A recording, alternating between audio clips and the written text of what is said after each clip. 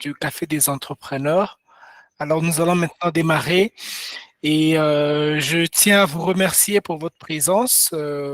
Petit à petit, nous allons accueillir d'autres personnes et nous allons pouvoir démarrer dans ce sens. Alors, aujourd'hui, c'est un jour assez particulier parce que nous avons voulu présenter tout d'abord euh, une première masterclass parce que, comme je vous rappelle, notre vision avec le Café des entrepreneurs est de promouvoir les entrepreneurs, mais aussi de leur donner des astuces et des conseils qui peuvent leur aider dans leur parcours du quotidien. Alors, nous avons pensé à intégrer le concept de masterclass pour justement permettre à tout le monde d'y prendre part et de découvrir certaines choses qui peuvent leur aider justement à démarrer leurs activités. Alors, aujourd'hui, je serai seul au micro avec des slides et je vais vous présenter un résumé de mes 6 dernières années parce que ça fait exactement 6 ans que je suis dans euh, l'entrepreneuriat avec d'autres entrepreneurs et l'entrepreneuriat seul aux commandes, 6 ans avec les autres. Moi-même, j'ai eu à lancer ma propre boîte il y a maintenant 4 ans. Et je vais vous faire un compte rendu de tout ce que j'ai eu à découvrir, les études que j'ai eu à mener, les recherches que j'ai eu à faire et tout ce que j'ai eu à apprendre durant ces 6 dernières années. Alors, je vais partager mon slides pour justement vous permettre de découvrir ce que nous allons voir ce soir. Donc, accorde-moi une minute, le temps de partager tout cela. J'espère que vous allez bien de votre côté. Voilà, voilà, voilà, voilà.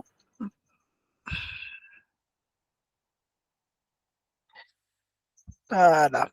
Je pense qu'on sera bon. Vous allez juste me faire signe dans le chat une fois que vous arrivez à voir mon écran.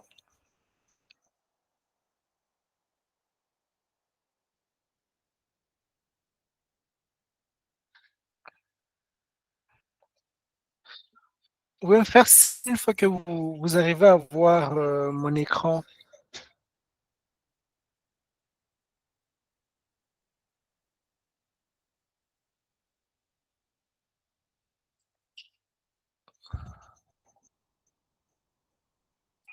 Super, je vais lancer la présentation. Accordez-moi juste quelques minutes.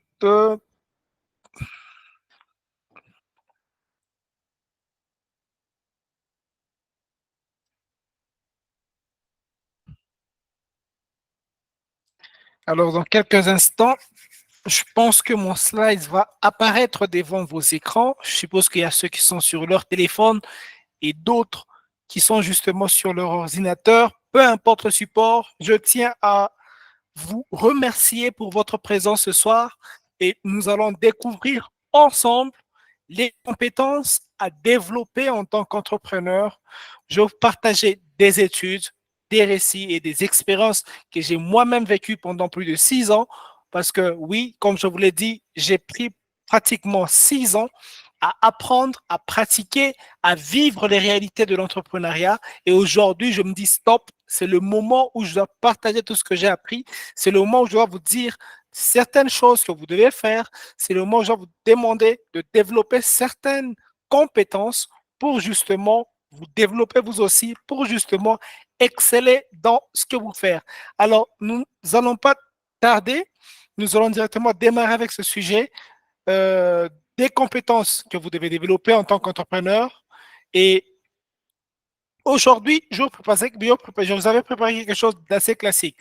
Alors, au cours de cette première masterclass d'entrepreneur, du café d'entrepreneur, moi-même, j'ai choisi de l'animer pour justement vous partager le projet et ce qui nous tient à cœur justement, qui est de vous partager un maximum de valeurs qui vont vous aider justement à vous développer. Et donc, il y a 6 ans, moi, personnellement, j'aurais voulu entendre ce que je vais vous dire ce soir. J'aurais voulu participer à un tel masterclass. J'aurais voulu participer à un tel webinaire, si je peux dire, j'ai voulu participer à un tel meet. Et donc, aujourd'hui, je ne me dis pas que je suis déçu parce que durant ces 6 dernières années, je n'ai pas eu justement à recevoir ce que moi je vais vous dire ce soir, mais je me dis que ces 6 dernières années m'ont été utiles pour apprendre et tout comprendre.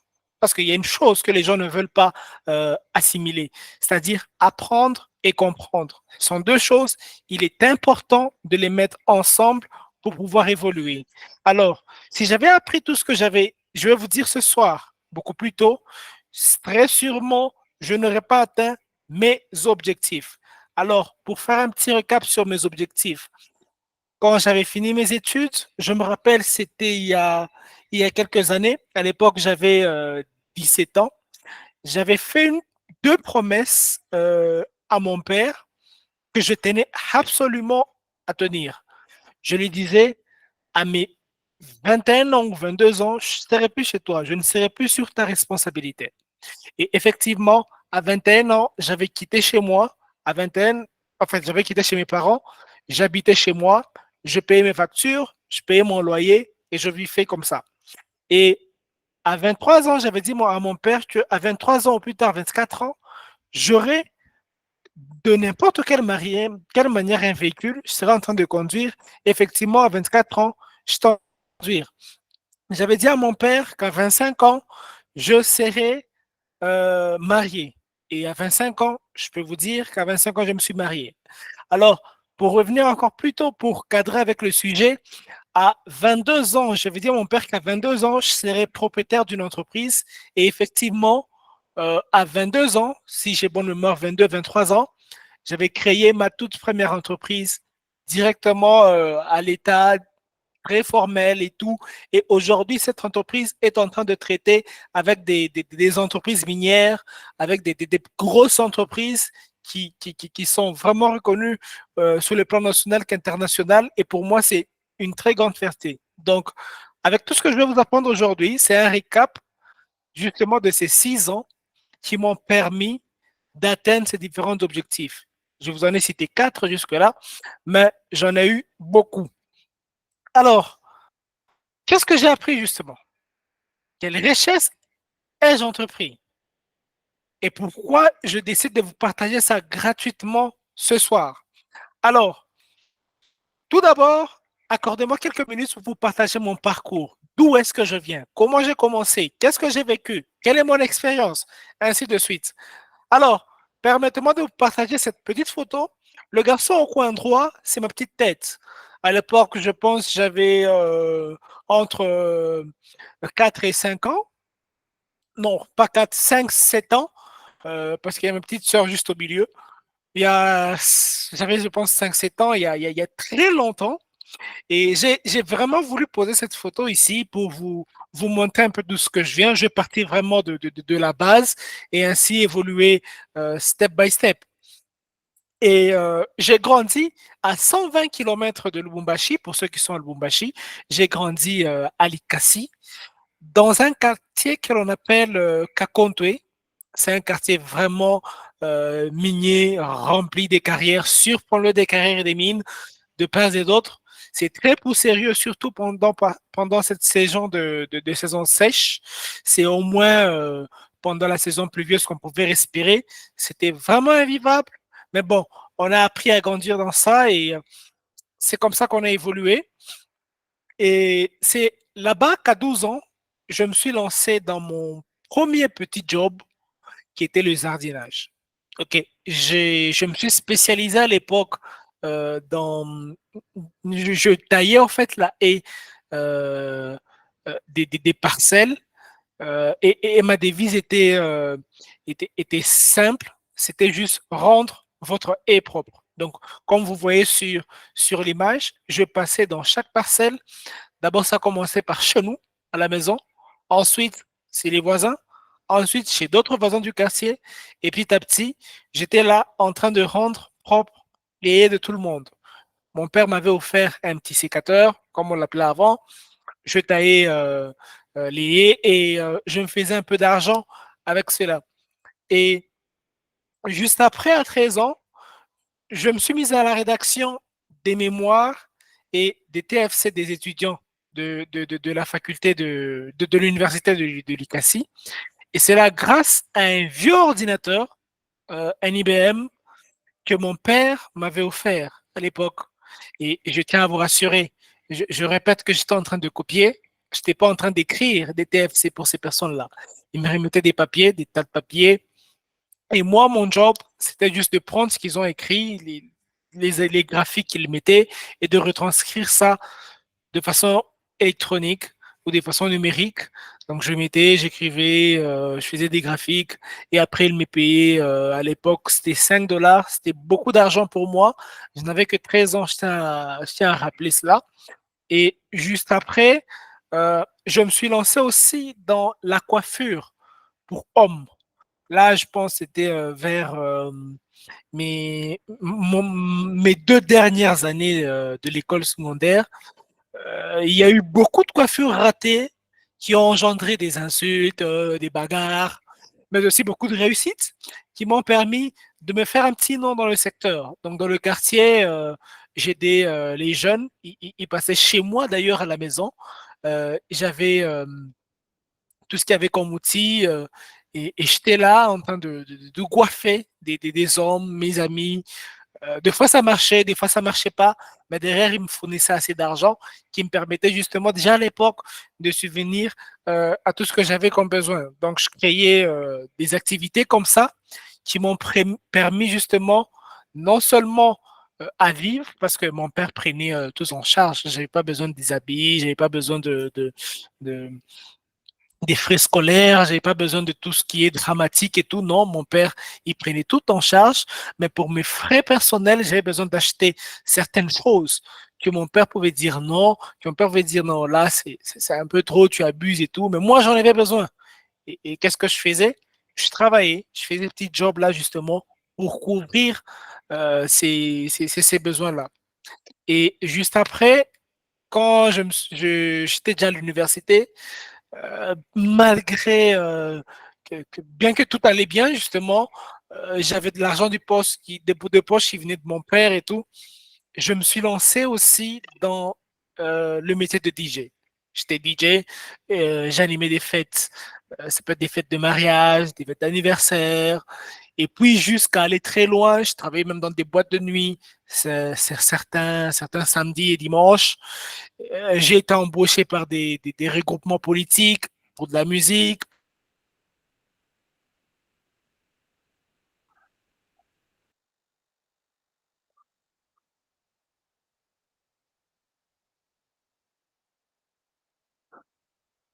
Événement qui m'a donné ce surnom-là. Je tiens à préciser que ce n'est pas nécessaire justement de retenir ces noms parce que il a totalement dit.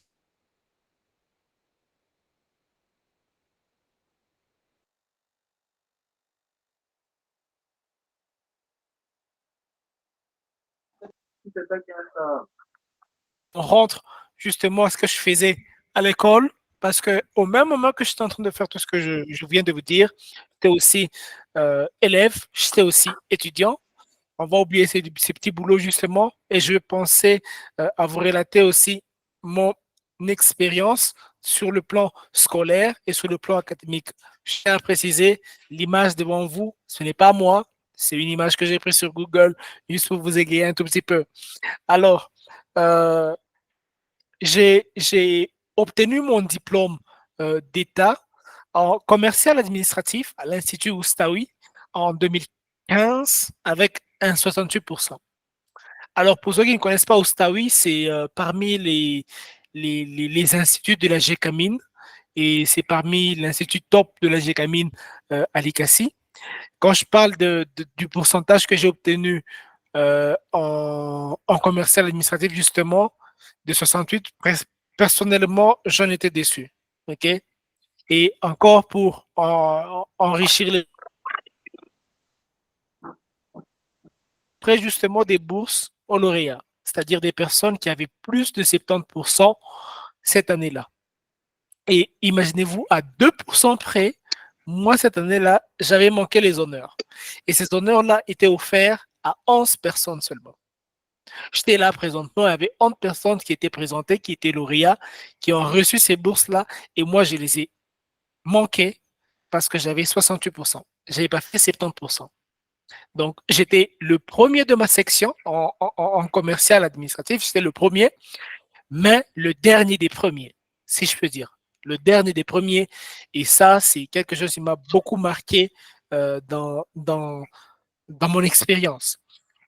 Et après ça, je me suis inscrit à ESIS. C'était juste 3 mois après cette expérience. Je me suis inscrit à ESIS. Je suis venu à Lubumbashi avec comme volonté de faire de la programmation informatique. Pourquoi? Parce que j'avais appris que le fondateur de Facebook était un programmeur informatique. Et moi, à l'époque, j'étais un accro de Facebook. Je voulais absolument ressembler à Mark Zuckerberg. C'est comme ça que je me suis lancé sur Facebook, plutôt sur le fait d'apprendre la programmation et question de ressembler justement à Mark Zuckerberg. On m'a dit qu'à ESIS, je pouvais faire ça. À ESIS, je pouvais apprendre et je pouvais créer des systèmes. Et c'est comme ça que moi, je suis venu à ESIS. Je ne suis pas venu à ESIS pour juste, voilà, apprendre de la programmation. Maintenant, je suis venu à ESIS pour apprendre à faire des choses qui vont me permettre à ressembler quelques années plus tard à Mark Zuckerberg. Et effectivement, 4 ans après, j'ai obtenu mon diplôme d'ingénieur logiciel. Pour faire un petit tour de ce que j'ai vécu à ESIS, j'étais un étudiant fantôme et qui est devenu petit à petit vivant, précisément en dernière année. Je n'étais pas fameux, on ne me connaissait quasiment pas. Je m'asseyais toujours derrière, loin au fond là, de la salle. Je ne posais pas trop de questions. J'étais là, j'apprenais, je notais et tout. J'étais très calme. Et c'est en G2 ou G3 des IS que je me suis fait un petit nom et qu'on commençait à me découvrir par-ci, par-là. Et d'ailleurs, après avoir obtenu mon diplôme, je refuse complètement de continuer avec les études universitaires, bien que mon père voulait que je continue avec le master. J'avais complètement refusé. Et pourquoi j'avais refusé? Parce que déjà à l'époque, j'avais décroché mon premier petit boulot. D'ailleurs, nous allons maintenant essayer de parler de mon expérience professionnelle que j'ai eue, à part mon expérience académique et scolaire. Alors, en 2018, je participe à un hackathon organisé par Danny Web Expert, qui était le Congo Tech Days. Mon équipe a la chance de décrocher la 3e place, chose qui me permet de rencontrer Daniel Kalinda, qui est toujours fondateur et DG de l'entreprise Danny Web Expert. Alors, il m'offre un stage je pense à l'époque, c'était 2 mois au sein de son entreprise où je mets maintenant à développer des solutions pour entreprise, m'a rencontré des personnes et ainsi de suite. Et avant même que je finisse mon année académique, il m'embauche il m'offre un CDD, c'était d'une année, je pense, une année ou 2 ans, au sein de son entreprise pour travailler maintenant avec lui et évoluer comme ça. Je tiens à préciser que j'étais très, très bien payé à l'époque pour un étudiant, pour quelqu'un qui venait à peine de se lancer dans, dans ce monde de travail. Je me plaignais pas. C'était vraiment très génial. Et on a travaillé ensemble comme ça. Par après, Covid est venu en 2020. J'ai dû arrêter avec Daniel Expert. Mais pendant 4 mois, j'ai eu à vivre le monde de freelance. J'ai travaillé pour 2 missions principalement. Une était pour IoT Africa. Je suppose que plusieurs d'entre vous connaissent IoT Africa. Et pendant 3 mois, j'ai également eu la chance de travailler au sein d'une entreprise qui m'a permis justement de travailler sur un logiciel pour l'entreprise LMC, Ligne Maritime Congolaise. C'est l'une des grandes entreprises ou institutions au niveau du pays. J'ai eu à travailler pour eux. J'ai développé un logiciel qui leur permettait de gérer les flottes, gérer les entrées, gérer les sorties, gérer les importations, gérer les exportations. C'était un logiciel très costaud. C'était même le challenge top que j'ai eu à réaliser en tant que développeur. J'avais développé ce logiciel la seule pendant une semaine. Je travaillais de 6 heures à 22 heures. C'était très, très, très lourd, mais j'avais réussi et ce logiciel, jusqu'à aujourd'hui, est en train d'être amélioré et LMC l'utilise. Et après cela, j'ai rejoint ITOT Africa en tant que développeur web.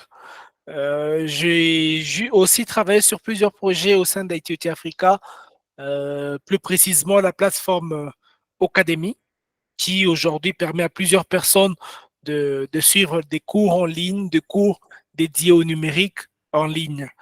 Et juste après, toujours en 2020, avec des amis, j'ai eu à créer l'entreprise Toulivia, ma propre structure avec des amis qui visait justement à offrir des solutions digitales, principalement dans le développement de logiciels, et qui nous a permis aujourd'hui de travailler pour des grosses entreprises, principalement minières, où nous fournissons des logiciels, nous fournissons des applications de productivité, ainsi de suite.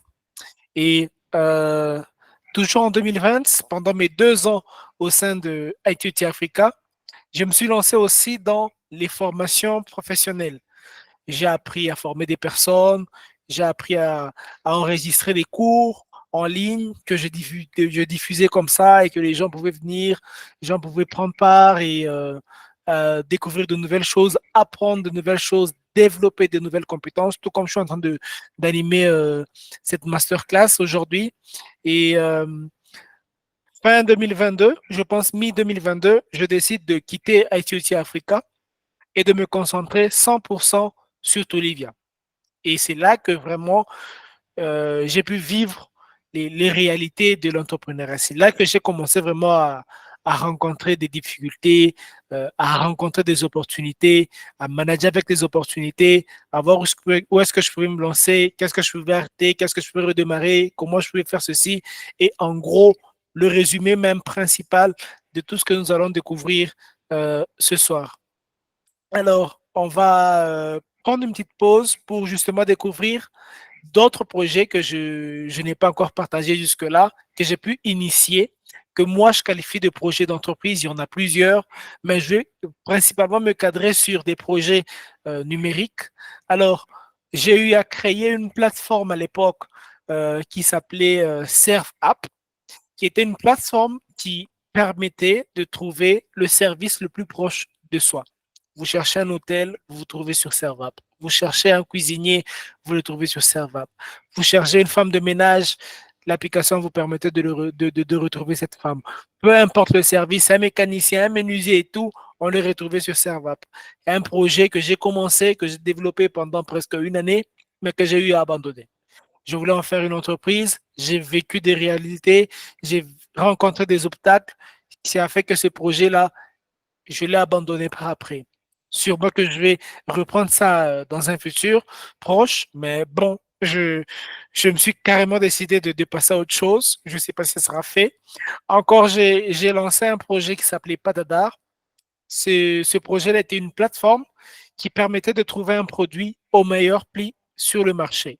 Donc, peu importe un marché, vous êtes à Lumbashi, vous êtes à Likasi, vous cherchez un produit, vous tapez sur l'application, pap, moi, j'arrivais à vous proposer un produit au meilleur prix selon votre budget sur un marché précis. Et comme troisième projet que j'ai eu à noter ce soir, c'est que j'ai développé un projet que j'appelais Home Control, qui était un projet IoT où c'était un système intelligent de gestion de l'électricité d'une maison. On pouvait allumer des lampes, on pouvait allumer la télé, on pouvait chauffer de l'eau, on pouvait faire cela, et ainsi de suite. On pouvait contrôler sa consommation d'électricité et tout ce qui va avec. Outre ces trois projets-là, j'ai eu à créer des gestionnaires de stock, j'ai eu à créer des gestionnaires d'école, j'ai eu à créer des gestionnaires d'entreprise, des gestionnaires de restaurants et de bars. Parce que oui, à l'époque, je me rappelle, à 2020, j'avais même lancé un restaurant et restaurant-bar. Et c'est pour ça même que j'avais créé justement un gestionnaire dans ce domaine-là. Je l'offrais à des restaurants, à des bars, mais par après, ça n'a pas très bien marché. J'ai dû abandonner justement ce projet aussi. Donc là, je peux dire c'est mon Google, c'est mon cimetière en fait des projets. Il y en a plusieurs, je n'ai énuméré que ces 7-là. Et nous allons maintenant rentrer dans le vif du sujet, après tout ce que j'ai eu à dire sur moi et tout ce que j'ai eu à faire, pour parler maintenant de l'entrepreneuriat. Alors, c'est quoi l'entrepreneuriat? Comment vous définissez l'entrepreneuriat? Alors, pour moi, l'entrepreneuriat est une notion large et peut-être vue au sens strict ou au sens large. Au sens strict, l'entrepreneuriat est l'action de créer de la richesse ou de l'emploi par la création ou la reprise d'une entreprise. Ça, c'est la définition la plus simple. Donc, au sens strict, l'entrepreneuriat est l'action de créer de la richesse et ou de l'emploi par la création ou la reprise d'une entreprise. Il est à différencier avec le soloprenariat qui commence à prendre de l'ampleur ces derniers temps. Le solopreneur est une personne qui vise sa liberté et entreprend des actions qui fait de lui sa propre entreprise et aussi son propre employé. Pour bien les différencier, l'entrepreneur vise la gestion d'équipe, le fait de déléguer, d'impacter la société, de créer quelque chose de grand, mais pour le solopreneur, il vise à gérer son entreprise seul, se basant sur ses propres compétences et ressources, sans avoir nécessairement l'intention de développer une équipe ou une structure d'entreprise. Alors, tous les deux, que ce soit un entrepreneur, que ce soit un solopreneur, ont besoin des compétences pour évoluer, ont besoin des compétences pour exceller. Et dans cette masterclass, les compétences que je vais vous partager sont des compétences qui vont aider et les solopreneurs et les entrepreneurs. Je suppose que chacun de nous a eu à s'identifier quand j'ai eu à parler de la différence entre un entrepreneur et un solopreneur. Donc, si vous êtes un entrepreneur, les compétences que je vais vous partager sont pour vous. Si vous êtes encore un solopreneur, ce que je vais vous dire est également pour vous. On s'accroche et maintenant, on va démarrer avec les compétences justement à développer en tant qu'entrepreneur. Alors, je vais vous partager aujourd'hui 11 compétences. 11 compétences qui vont faire de vous des entrepreneurs à succès, qui vont vous aider justement à exceller dans ce que vous êtes en train de faire, qui vont vous aider justement à être un entrepreneur à succès. Alors, la première compétence que je vais vous partager ce soir sera l'esprit d'initiative. La deuxième, c'est votre capacité à innover. La troisième compétence, c'est votre leadership.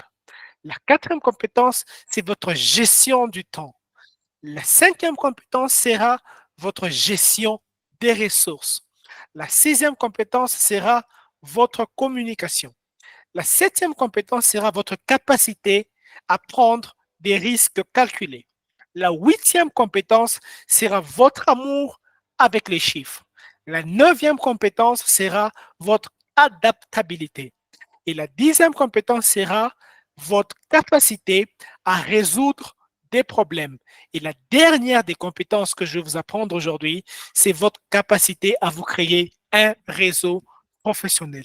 Alors, sans plus tarder, nous allons nous lancer dans votre première compétence que vous devez développer. Alors, comment pouvez-vous développer votre esprit d'initiative? Tout d'abord, c'est quoi votre esprit d'initiative? En quoi il consiste? Et comment pouvez-vous le développer? L'esprit d'initiative, justement, implique votre capacité à prendre des décisions et agir de manière autonome et proactive pour résoudre des problèmes et saisir des opportunités. Comment développer cet esprit d'initiative? Ce que vous devez faire, premièrement, c'est de cultiver votre confiance en soi. Si vous n'avez pas confiance en vous, vous ne pourriez pas développer un esprit d'initiative. Vous ne pouvez pas prendre en fait le go pour réaliser quelque chose. Vous ne pouvez pas prendre le lead pour vous accomplir. Vous ne pouvez pas prendre, vous ne pouvez pas avoir le courage nécessaire pour vous lancer dans quelque chose, peu importe ce que vous voulez entreprendre. La première chose que vous devez faire, c'est de cultiver une confiance en vous. Vous devez croire en vous. Vous devez vous faire confiance en vos capacités, en tout ce que vous avez pour vous lancer. La deuxième chose pour cultiver un esprit d'initiative, c'est de rester ouvert aux nouvelles idées. Quelqu'un à côté de vous vous parle de quelque chose. Vous entendez parler de X ou Y chose. Ne vous renfermez pas dans votre cocon. Ne vous renfermez pas dans votre maison, dans votre bulle. Écoutez les autres. Apprenez des autres. Découvrez leur façon de penser. Apprenez, écoutez et prenez en compte tout ce qu'ils vont vous dire. La troisième chose, c'est que vous devez apprendre à prendre des risques calculés. D'ailleurs, c'est un point que nous allons développer au cours de cette masterclass. Donc, attendez, restez jusqu'à la fin pour découvrir justement cette compétence qui va vous aider à exceller. La quatrième chose à faire pour développer un esprit d'initiative, c'est d'accepter les échecs comme des opportunités d'apprentissage. Quand vous échouez, prenez cela comme une leçon. Quand vous échouez, prenez cela comme une opportunité d'apprendre, comme une opportunité de vous développer encore plus pour réussir prochainement en entreprenant de faire la même chose, mais autrement, qui va vous permettre justement de réussir. La cinquième chose pour développer un esprit d'initiative, c'est de pratiquer la résolution de problèmes.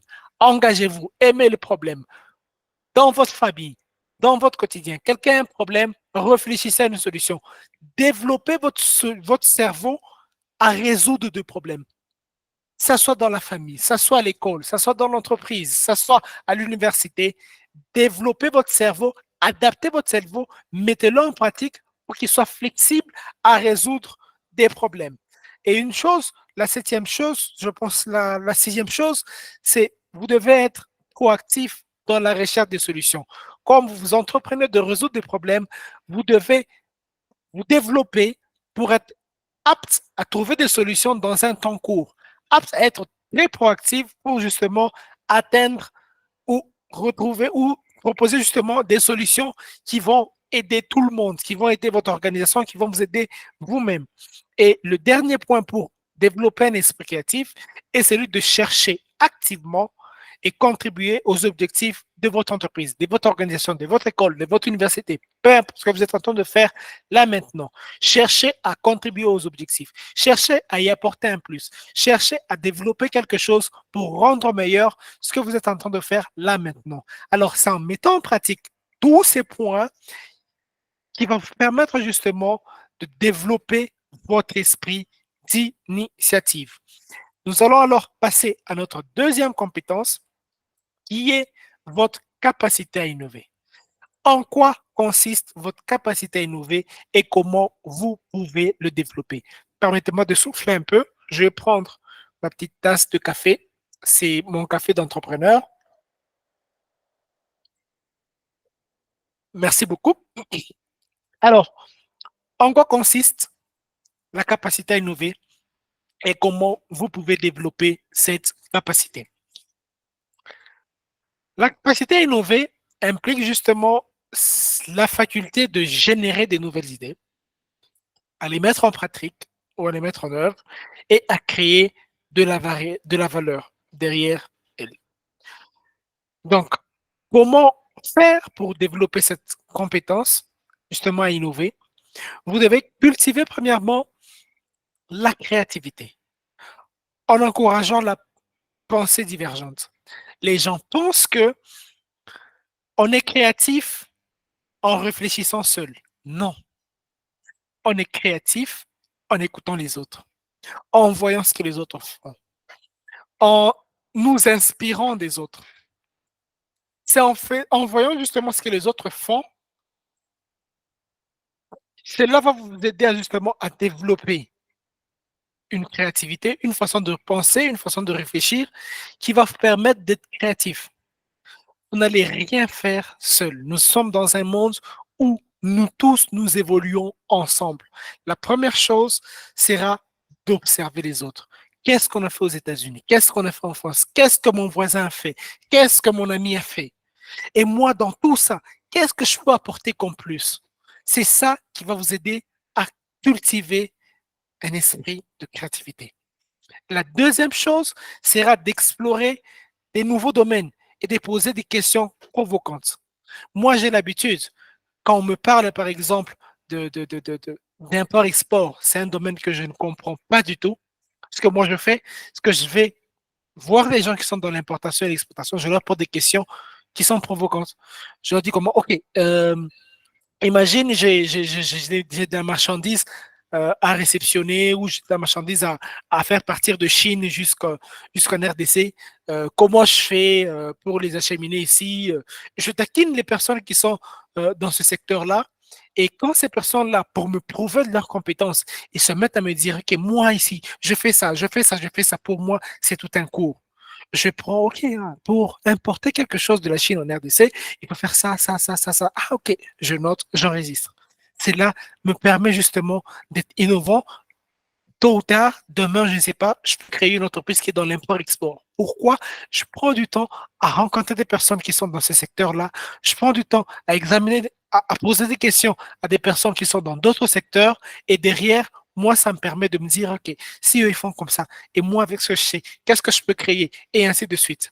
L'autre point, c'est d'échanger avec des personnes aux perspectives complètement différentes. À l'époque, je me concentrais toujours sur les gens qui parlaient du digital. Je me concentrais toujours sur les gens qui parlaient du numérique. Je me concentrais toujours sur les gens qui parlaient de, de, de, de, de technologie et tout ce qui va avec. Mais aujourd'hui, j'ouvre large. Je parle aux médecins, je parle aux entrepreneurs d'autres secteurs, aux constructeurs, aux architectes et bien d'autres. Ils me parlent de leur secteur, ils me parlent de leurs difficultés, ils me parlent de tout ce qu'ils rencontrent au quotidien. Et moi, derrière, avec mes compétences, ça me permet d'innover. Ça permet de créer des solutions, par exemple, pour constructeurs. Ça me permet de créer des solutions, par exemple, pour les médecins. Ça me permet, et ainsi de suite. En étant en contact avec ces personnes-là, ça me permet derrière de proposer de la valeur qui va justement impacter ces personnes-là. Et l'autre point, je reste ouvert au changement. Nous sommes dans un monde qui évolue à 100 000 km à l'heure. J'allais dire 100 km, mais je préfère dire 100 000 km à l'heure. Parce que rappelez-vous, il n'y a pas 7 ans que ça, je pense en 2012, on avait encore des BlackBerry, on avait encore des Nokia, on avait encore à peine la jeunesse de Facebook, Facebook qui arrivait à peine en RDC, on créait encore nos comptes. On avait encore WhatsApp qui était une application, en tout cas de très, très, très bas niveau. Et regardez aujourd'hui, regardez comment le monde évolue, regardez comment nous développons.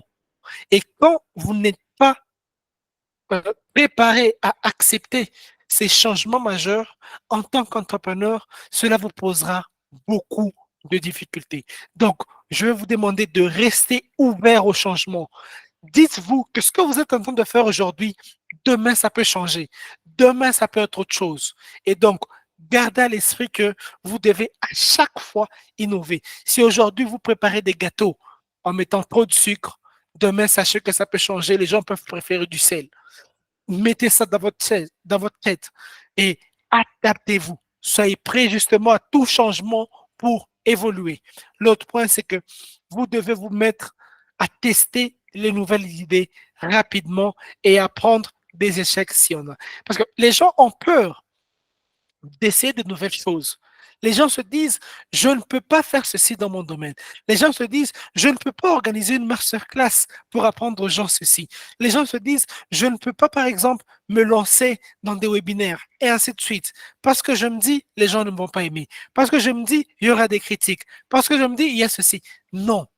La seule chose qui peut vous pousser justement à arrêter, c'est après avoir essayé. C'est après avoir décider de tester de nouvelles idées et d'apprendre s'il y a des échecs, justement, qu'est-ce que vous en avez tiré comme leçon? Si c'est votre offre le problème, comment vous pouvez l'améliorer? Si c'est le concept, justement, qui n'est pas bon, comment apprendre de cet échec-là pour vous améliorer, pour ressortir de cette expérience une nouvelle personne qui va faire votre nouvelle identité? OK? Et comme dernier point pour justement développer votre capacité à innover, vous devez vous créer un environnement qui favorise l'innovation. Évitez vos amis qui prennent de l'alcool. Évitez les gens qui ne vous apportent absolument rien. Évitez de traîner avec des personnes qui ne vont jamais vous aider à vous développer. Créez autour de vous un environnement qui va justement favoriser votre capacité à innover, qui va favoriser, qui va développer en vous l'innovation. Entourez-vous des amis qui parlent d'innovation. Entourez-vous des amis qui visent des objectifs beaucoup plus hauts. Entourez-vous des amis qui sont prêts justement à se lancer dans des histoires très, très, très développées. Et c'est eux qui vont justement vous permettre aussi à vous développer. Parce que si vous vous entourez des gens qui vous tirent vers le bas, qui ne réfléchissent jamais, qui vous tirent dans les subtilités, vous allez devenir comme eux. Il y a l'adage qui dit qui se ressemble s'assemble. Donc, rassurez-vous d'être dans un environnement qui vous favorise de l'innovation. OK? Et le troisième point, la troisième compétence à développer, c'est le leadership. On en parle partout. Vous allez voir, il y a des posts, il y a des publications, il y a des revues, il y a tout là-dessus. On vous parle du leadership. C'est quoi le leadership? Comment le développer? Et ainsi de suite. Et ce soir, je vais vous dire pour moi en quoi consiste le leadership et comment vous devez le développer. Alors, le leadership est simplement la capacité que vous avez à inspirer, à influencer et à guider les autres vers l'accomplissement d'objectifs qui sont communs.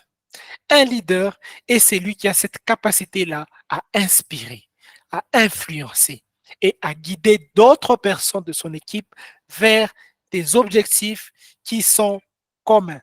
Alors, comment développer cette compétence-là de leadership? Alors, pour développer le leadership, vous devez comprendre qu'il y a beaucoup de choses que vous devez maîtriser, mais pour moi, ce soir, je vous ai noté ces points-ci.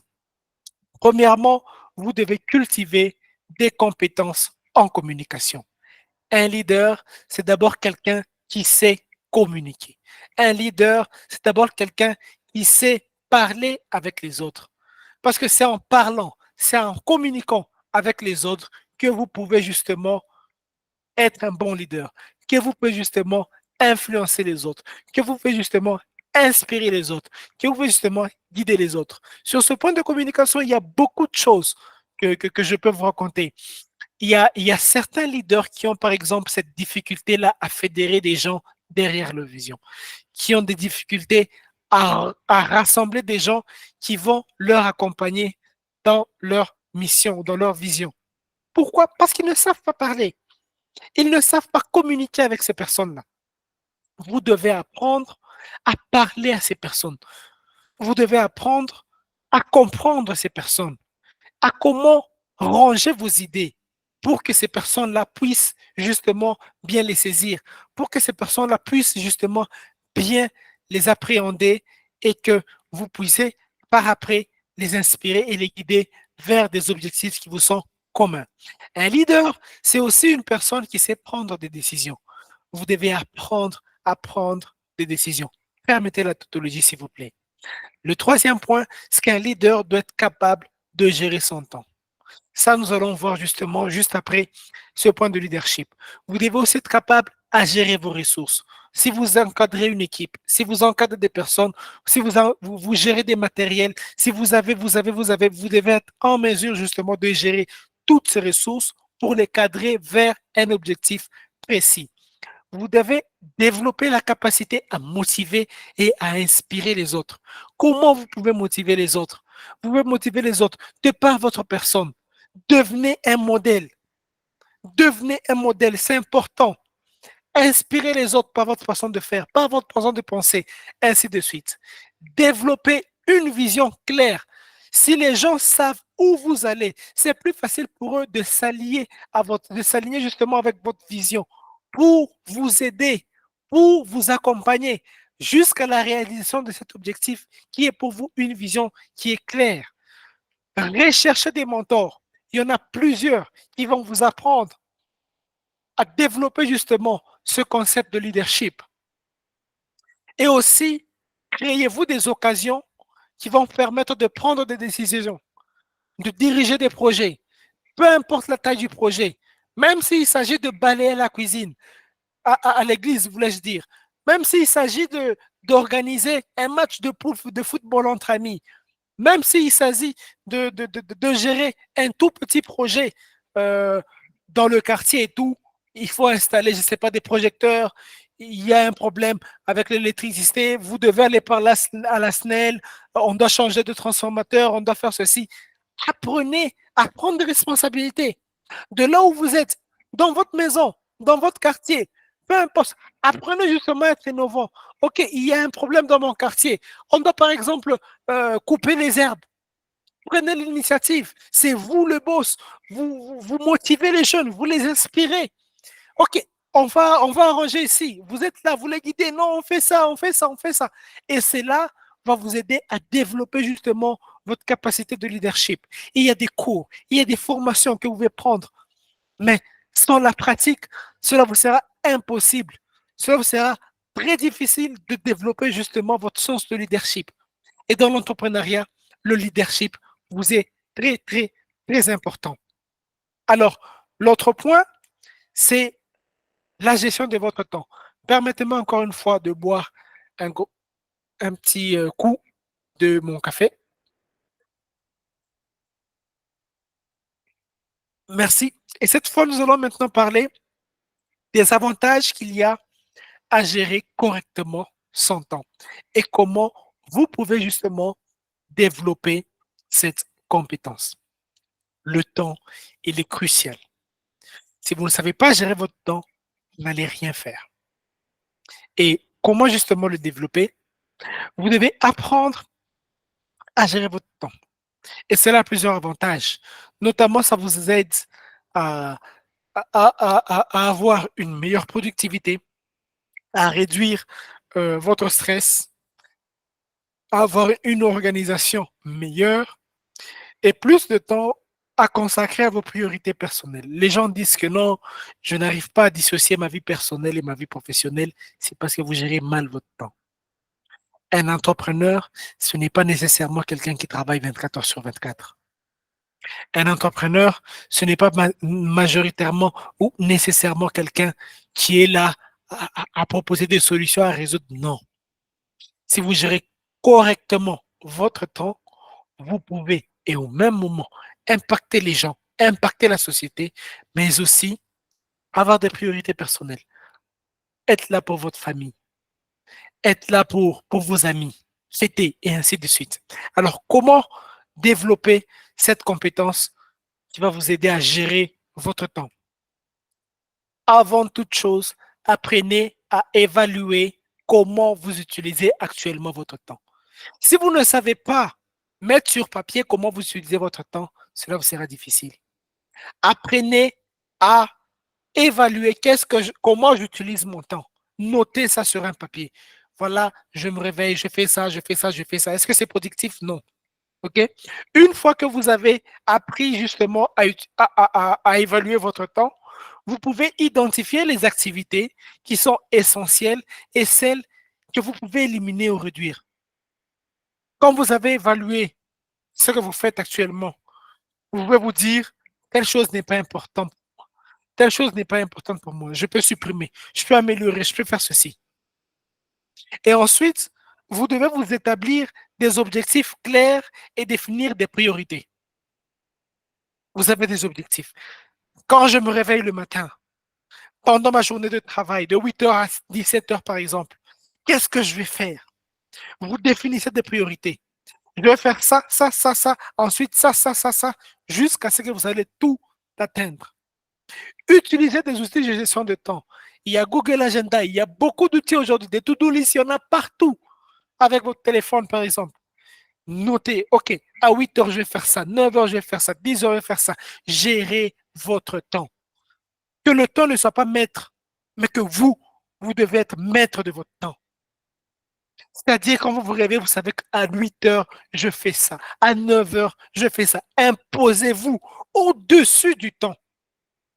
Que le temps ne s'impose pas sur vous, mais que vous imposez justement au-dessus du temps. Apprenez à dire non aux demandes non essentielles. Là est le plus grand problème des entrepreneurs. Un entrepreneur aime avoir l'argent. Quand il y a une mission qui sent juste à côté, on aime prendre. Et c'est ça qui pousse beaucoup d'entrepreneurs à réunir beaucoup de choses et ils ne font rien par après. Il n'y a pas si longtemps que ça, la semaine passée, je suis en train de parler avec un entrepreneur. Il est obligé de résoudre ou de réaliser plus de 10 missions sur une période. Sur la semaine passée, comme je suis en train de le dire. Et moi, je viens avec une offre, je lui dis, est-ce que tu peux m'aider à faire ça? Il accepte automatiquement. Mais qu'est-ce que j'ai remarqué par après? Il lui a fallu plus de temps pour réaliser ce que je lui ai demandé. Normalement, il me promet, il me dit que non, ce que tu me demandes, je vais faire ça dans 2 jours. J'ai attendu 10 jours presque pour que cette personne réalise ce que je lui ai demandé. Alors, quand vous avez la gestion de votre temps et que vous vous rendez compte que vous n'avez pas les moyens, que vous n'avez pas le temps pour réaliser certaines choses, que l'argent ne prenne pas le dessus, que les opportunités autour ne prennent pas le dessus, apprenez à dire non aux demandes et à certaines choses qui ne sont pas essentielles. Est-ce qu'on peut sortir? Vous rentrez dans votre gestion du temps, vous dites que c'est impossible. Je ne vais pas sortir avec vous, les amis, pour prendre un cours parce que je dois finir une chose. Apprenez à dire non. Et le dernier point pour gérer efficacement son temps, c'est que vous devez être flexible et prêt à ajuster votre emploi du temps. Ça aussi, c'est important. Vous pouvez avoir des choses à faire, mais il y a certaines choses, je vais vous dire, là, je peux glisser ça ici. Je peux améliorer ça ici. Je peux placer ça ici. Ainsi de suite. Donc, en respectant justement ces 6 points, je pense que vous pouvez apprendre à gérer correctement votre temps parce que c'est une compétence très, très, très essentielle pour un entrepreneur. L'autre point, après la gestion du temps, c'est la gestion des ressources. Permettez-moi encore une fois de boire un coup parce que parler comme ça pendant des heures, ça bouffe en tout cas en énergie. Juste une minute.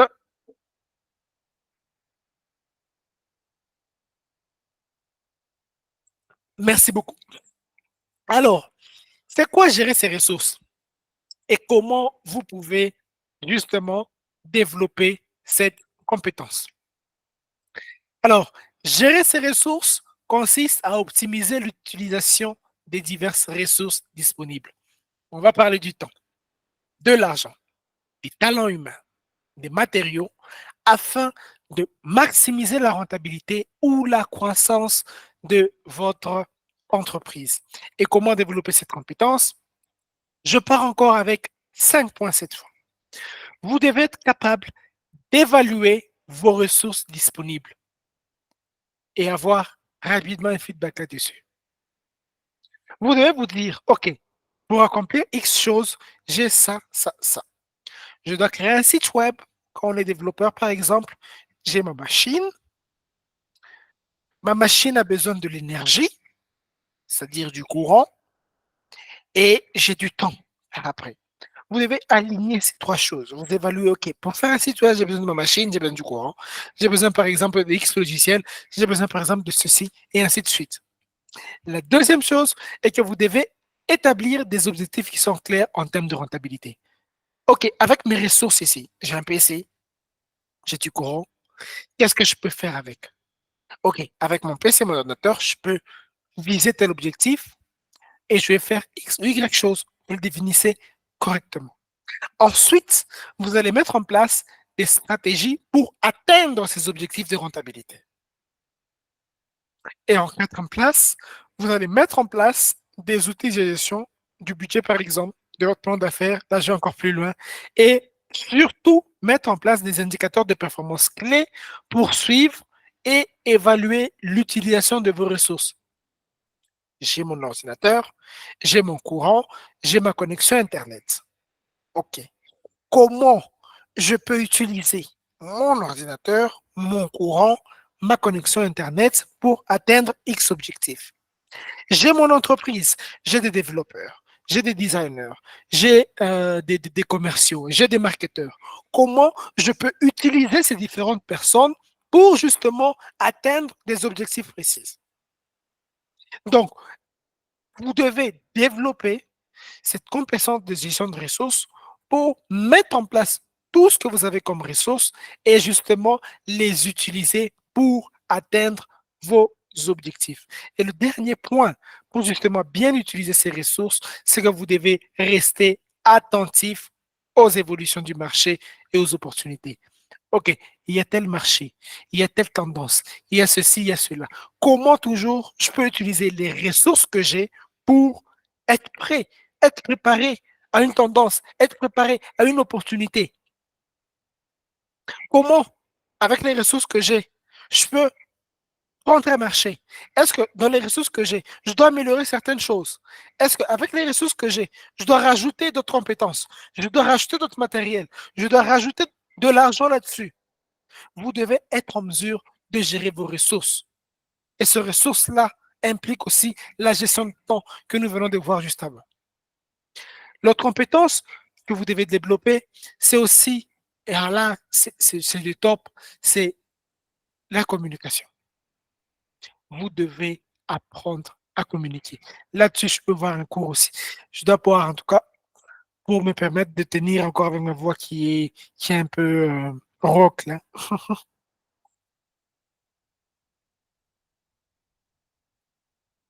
Merci beaucoup. Alors, quelle est l'importance de la communication et comment développer cette compétence? Alors, la communication est essentielle dans tous les aspects de la vie, que ce soit dans les relations personnelles, professionnelles ou sociales. Une communication efficace permet de transmettre des idées, de résoudre des problèmes, de construire des relations solides et de favoriser la collaboration. Alors, que faire pour développer justement cette compétence? Une chose, les gens ont toujours pensé que communiquer, c'est nous qui parlons. Non. Communiquer, et d'ailleurs ça c'est le premier point que je veux demander de développer, c'est écouter attentivement les autres. Avant de parler, prenez le temps d'écouter attentivement les autres pour comprendre leurs perspectives, pour comprendre leurs besoins, afin de donner une réponse satisfaisante. Apprenez aussi à exprimer vos idées de manière claire et concise. Ça, les gens ne savent pas faire. Vous avez une idée. La façon de comprendre de votre cerveau est différente de la façon de comprendre du cerveau d'une autre personne. Apprenez à exprimer vos idées de manière claire et concise. Ensuite, pratiquez l'empathie pour mieux comprendre les émotions et les motivations des autres. Quand on est entrepreneur, vous pouvez avoir des collaborateurs qui vont réagir d'une façon que vous ne pouvez pas vous imaginer. Avant de dire quoi que ce soit, avant de réagir de n'importe quelle manière, prenez le temps de comprendre la personne de par ses émotions. Demandez-vous toujours qu'est-ce qui a poussé cette personne à réagir ainsi? Qu'est-ce qui a motivé cette personne à faire ici quelque chose? Qu'est-ce qui a motivé cette personne à penser ainsi?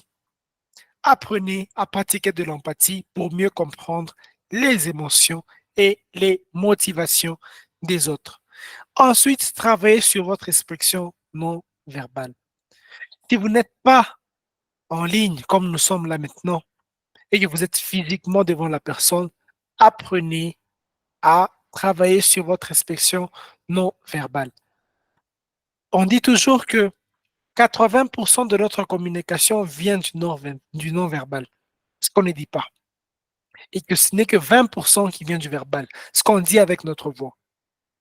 80% représente notre expression faciale, la façon de jouer avec les gestes, ainsi de suite. Donc, apprenez à développer ou à améliorer votre expression non verbale. Et le dernier point, soyez ouvert au feedback et apprenez des expériences de communication passées. Vous avez réagi d'une façon ou d'une autre à une personne, elle a réagi qu'ensuite, la façon de réagir de cette personne doit vous permettre justement de noter ça quelque part. Vous dites, OK, si je réagis comme ça, les gens réagissent comme ça. Je note et je réfléchis à comment je peux améliorer ma façon de communiquer pour impacter ces personnes-là, pour les motiver, pour les inspirer, parce que je suis leader, parce que je suis un entrepreneur et je veux exploser avec ces personnes-là. Donc, apprenez toutefois de votre façon de vous exprimer. Vous vous êtes exprimé d'une façon, les gens ont réagi d'une façon, ok, d'accord. Comment je peux m'améliorer pour justement encore communiquer à cette personne-là, à ces personnes-là, pour atteindre mes objectifs. Alors, l'autre point, c'est comment prendre des risques calculés et comment développer cette capacité. Désolé. Euh, pour, pourquoi prendre des risques calculés? Alors, prendre des risques calculés est important car cela permet justement de saisir des opportunités de croissance et d'innovation tout en minimisant les conséquences négatives potentielles. Alors, comment faire pour développer cette compétence? J'ai noté 4 points. Le premier point est que vous devez analyser les risques potentiels associés à une décision ou à une action. Quand vous êtes chef, quand vous êtes entrepreneur, prenez toujours le temps d'analyser les risques potentiels de votre décision ou de vos actions. Si je fais ceci, qu'est-ce qui va se passer? Qu'est-ce que je risque de déclencher? Qu'est-ce que je vais en gagner? Qu'est-ce que je vais perdre? Ensuite, identifiez les moyens de réduire ou de gérer les risques.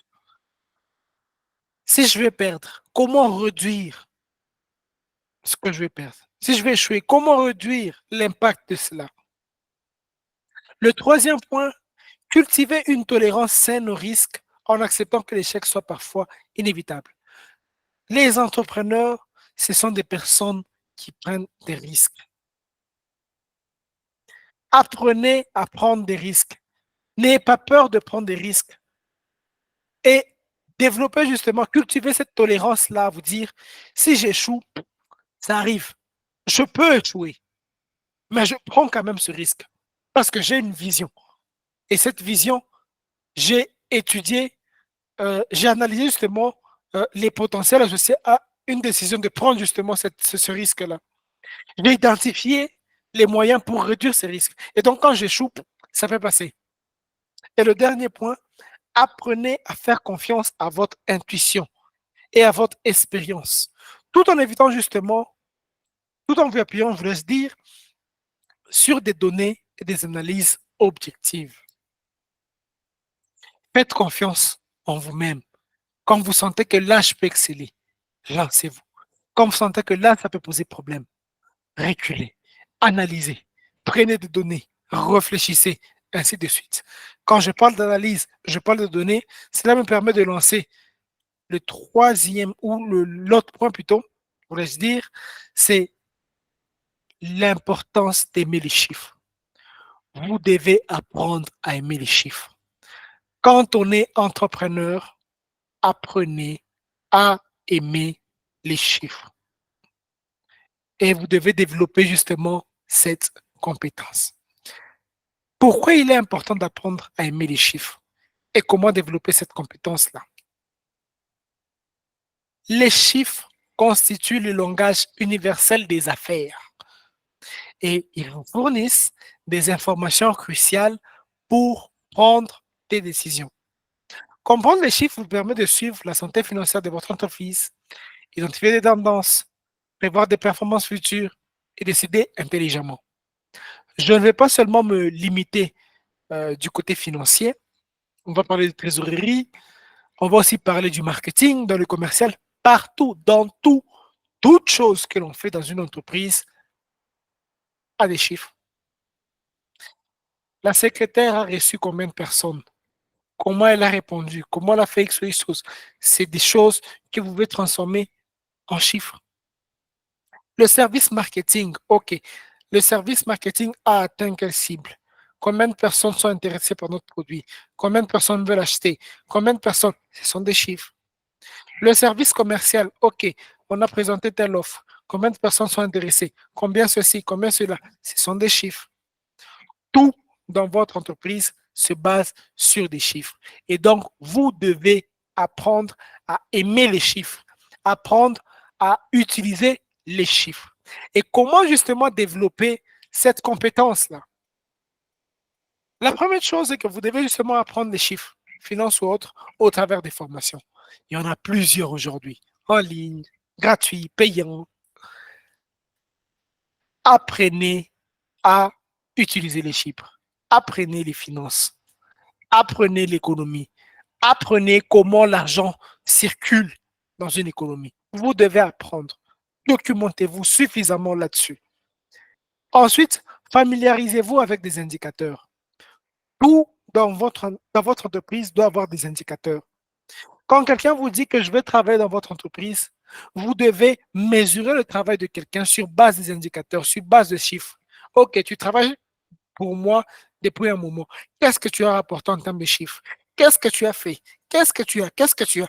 Vous devez tout mettre en termes de chiffres. Et ce sont les indicateurs qui doivent parler, qui doivent dire si X ou Y personne est bonne pour vous ou pas. Pratiquez l'analyse et examinez toujours vos statistiques. Tout ce que vous réservez, marketing, commercial, finance, tout. Prenez le temps d'analyser. En tant qu'entrepreneur, vous devez être capable d'analyser et d'examiner. OK, niveau marketing, on a fait ça. Commercial, on a fait ça. Euh, Telle chose, on a fait ça. On a fait ça. Vous analysez et ensuite vous prenez des décisions. Là, on doit nous améliorer. Là, on doit faire ça. Là, on doit faire ça. Engagez-vous dans la planification des chiffres selon vos objectifs. Vous devez toujours, quand vous avez justement mis en place des stratégies d'analyse, vous devez prévoir ces analyses-là. Vous dites par exemple le marketing, je veux que vous parliez ou vous vous engagez par exemple 10 000 prospects. Et comme c'est en train d'analyser, vous dites, OK, le marketing, pendant une période, voilà, il y a eu 10 000 personnes prospectées. Ah, OK. C'est parmi mes objectifs. Je me suis défini ça. OK, le commercial, il y a ça. Est-ce que moi j'avais défini ça? Est-ce que vous avez fait? Ainsi de suite, ainsi de suite. Dans tout ce que vous allez faire, apprenez justement à planifier. Apprenez justement à prévoir des chiffres selon vos objectifs. Ensuite, chose qui n'est pas mal, entourez-vous de conseillers compétents pour vous guider dans vos opérations de prise de décision. Des financiers, comptables, des avocats, je ne sais pas quoi, des marketeurs. Entourez-vous de ces personnes qui sont très calées dans ce qu'ils font, mais que ces personnes-là vous donnent des chiffres, que ces personnes-là vous donnent des indicateurs qui vont justement vous permettre derrière de vous dire, OK, pour accomplir une chose, voilà, il va me donner ça, je vais mesurer et puis voilà, je peux prendre une décision, ainsi de suite. Entourez-vous des conseillers qui sont justement compétents. L'autre point, c'est l'adaptabilité. C'est le troisième point, je pense, avant la fin des compétences que j'ai prévues aujourd'hui. C'est le neuvième point, justement, des compétences que j'ai prévues pour vous aujourd'hui. Permettez-moi de boire un coup.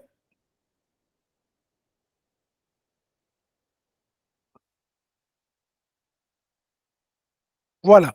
Alors, pourquoi l'adaptabilité dans les affaires et comment développer cette compétence?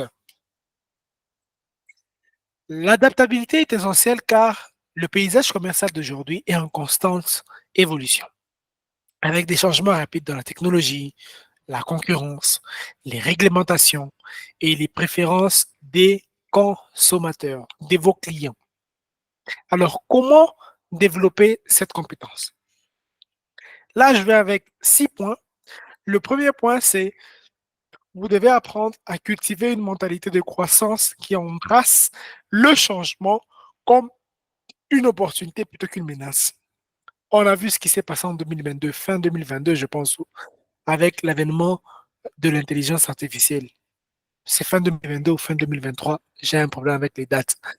Euh, non, c'est fin 2022.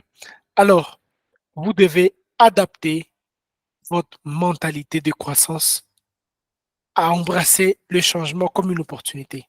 Quand il y a quelque chose qui change, c'est une opportunité. C'est pas un frein, c'est pas une menace.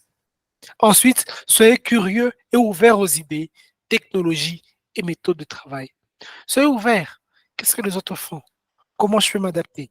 Comment je peux faire ceci chez moi? Ainsi de suite. Apprenez à anticiper les tendances et les changements potentiels. Renforcez votre capacité à gérer le stress. Ne stressez pas pour tout et pour rien. Ok, c'est une chose qui arrive. D'accord, c'est bien. Comment je peux arranger? Comment je peux m'adapter? Ainsi de suite. Soyez flexible dans vos stratégies et vos plans d'action en fonction de nouvelles informations et de nouvelles circonstances. Quand vous élaborez une stratégie, ça ne doit pas être fixe. C'est pas que vous êtes des génies, c'est pas que vous avez tout à fait raison. C'est une stratégie. Mais quand les choses changent, apprenez à vous dire, OK, je m'adapte, je peux modifier, je peux changer mes plans, je peux faire ceci, justement pour atteindre vos objectifs. Et ensuite, encourager l'adaptabilité au sein ou auprès des personnes qui vous accompagnent. Quand vous êtes entrepreneur, vous avez des équipes, encouragez ces gens-là à s'adapter facilement au changement, à être flexible. Un marketeur qui n'utilisait pas l'intelligence artificielle, quand vous l'avez comme collaborateur, dites-lui, OK, il y a maintenant l'intelligence artificielle. Est-ce que tu peux l'utiliser dans ce que tu fais? Le commercial, est-ce que tu peux prendre ça? Et ainsi de suite. Apprenez à vos collaborateurs à être flexibles, à s'adapter.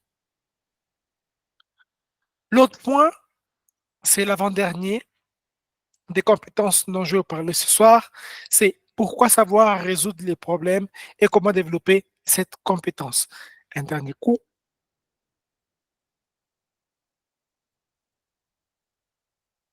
Alors, les obstacles et les défis font partie du quotidien. Dans le contexte des affaires, la capacité à résoudre les problèmes efficacement permet de surmonter des obstacles, d'optimiser des ressources, de saisir des opportunités et de garantir la pérennité de l'entreprise. Comment justement développer cette compétence? Vous devez apprendre à correctement identifier les problèmes. Vous devez apprendre à identifier les problèmes. Toute chose n'est pas un problème.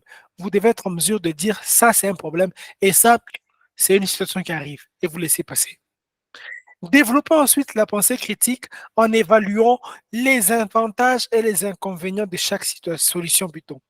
Quand vous avez un problème et que vous dites on va résoudre ça d'une façon ou d'une autre, dans chaque solution, soyez en mesure de dénicher des avantages et des inconvénients. Cultivez la persévérance et la résilience en vous décourageant pas, mais pas face aux obstacles, voulais-je dire. Encouragez la persévérance. Il y a un problème. OK. Soyez résilient. C'est un problème qui arrive. Ça peut me permettre d'apprendre beaucoup plus. Évoluer avec. OK. C'est un obstacle. Comment je contourne? Comment je surmonte? Ainsi de suite. Apprenez des expériences passées en réfléchissant aux méthodes utilisées et aux résultats obtenus. La fois passée, j'ai eu un problème. Je l'ai résolu comme ça. J'ai le même problème. Donc, je peux le résoudre comme je l'ai fait la fois passée parce que ça m'a aidé. Je dois changer ma façon de résoudre ce problème parce que l'autre façon n'a pas aidé. Je dois faire ceci, ainsi de suite. Et le dernier point de ce soir, c'est le réseau professionnel. Pourquoi créer un réseau professionnel autour de soi et comment développer cette compétence en tant qu'entrepreneur? Un réseau professionnel, vous devez savoir, vous offre des opportunités, des partages de connaissances et d'expériences, le mentorat, le soutien dans des moments difficiles et la possibilité de collaborer avec d'autres personnes sur des projets. Comment développer cette compétence?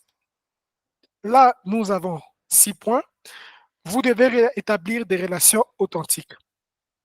J'ai un partenaire avec qui je travaille, cela va faire quelques mois, bientôt une année, qui m'a dit une chose. Les gens pensent que le réseautage professionnel, c'est trop sérieux, c'est trop B2B.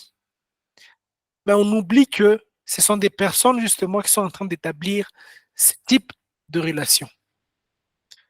Vous devez établir des relations authentiques.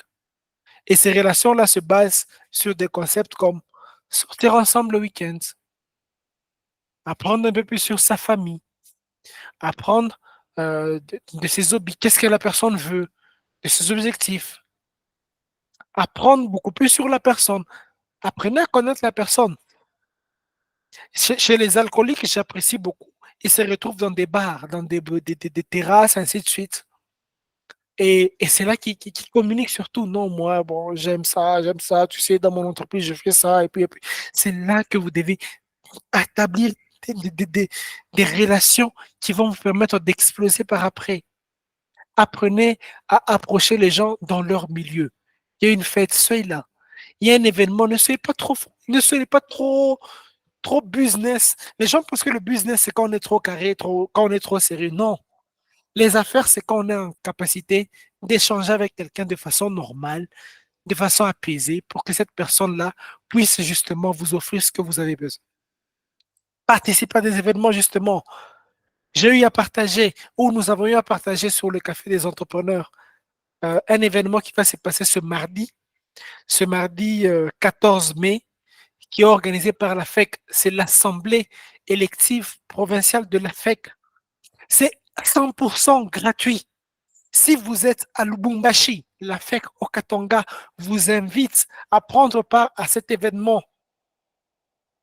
Prenez part, c'est à 15 heures. Venez réseauter avec des personnes, rencontrer des entrepreneurs. Et encore, ne venez pas là pour parler de ce que vous faites. Oh non, moi, c'est oh non. Apprenez tout d'abord de ces personnes. Comprenez tout d'abord ces personnes. Et après, établissez des relations qui sont authentiques. Que la personne se dise, ce petit-là, quand j'avais parlé avec lui, il m'avait proposé ça, il m'avait dit ça. Je pense que je vais faire avec lui affaire sur telle chose, parce qu'il a la volonté de m'aider, parce qu'il veut m'aider, parce qu'il veut m'aider à aller beaucoup plus loin. Apprenez justement à fréquenter des milieux publics où vous allez rencontrer beaucoup de personnes, comme le mardi, au Pullman, tout le monde sera là. Soyez à l'aise, venez avec vos cartes, parlez aux gens, ainsi de suite. Vous êtes dans un événement quelconque, vous avez des personnes, vous avez ceci, vous avez cela. Prenez, prenez goût à fréquenter ces milieux publics. Ça peut être dans une fête, dans un bar, dans un restaurant. Prenez ce goût-là. Ça va vous permettre justement de rencontrer ces personnes dont vous avez besoin. Utilisez des réseaux sociaux tels que LinkedIn. Établissez des relations. Likez des publications, commentez sur des publications, échangez avec des personnes, créez un lien avec ces personnes, pas seulement vendre d'abord. Créez un lien, c'est important. Soyez proactif dans le maintien plutôt, je voulais dire, des relations en gardant contact avec vos contacts d'autologie régulièrement. Vous avez parlé à une personne sur WhatsApp, reparlez à cette personne, reparlez à cette personne, soyez régulier avec lui. C'est comme ça que vous allez établir justement ces relations-là qui vont permettre d'exposer par après. Soyez ensuite authentique, contribuez de manière positive aux relations professionnelles que vous établissez. C'est important. Et pour ça, dans les cafés des entrepreneurs, pour vous permettre de démarrer dès ce soir un bon réseautage, nous avons décidé de créer un groupe WhatsApp pour le café des entrepreneurs. Alors, qu'est-ce que vous allez découvrir dans ce groupe? Dans ce groupe, nous allons partager des nouvelles, des opportunités, des pensées et autres qui vont vous permettre d'exceller. Pour permettre au groupe d'évoluer et de ne pas déranger les autres, seuls les administrateurs pourront malheureusement partager des nouvelles et autres. À certains moments, ils vous demanderont, ils vous donneront justement l'opportunité de vous présenter et de présenter ce que vous offrez.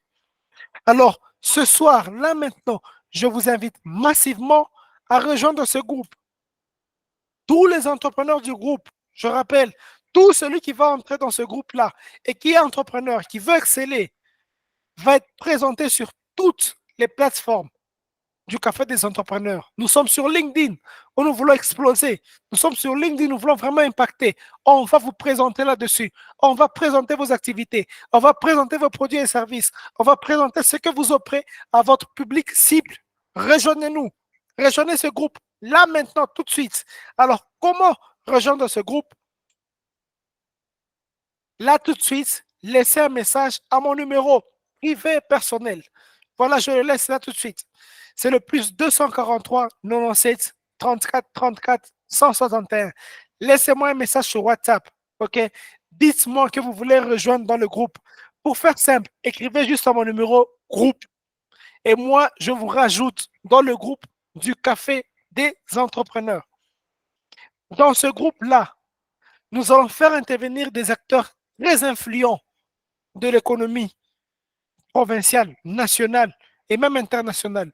Nous allons collaborer avec des personnes, avec des institutions, notamment avec la FEC, par exemple, notamment avec les clubs de sous-traitants, notamment avec beaucoup de personnes.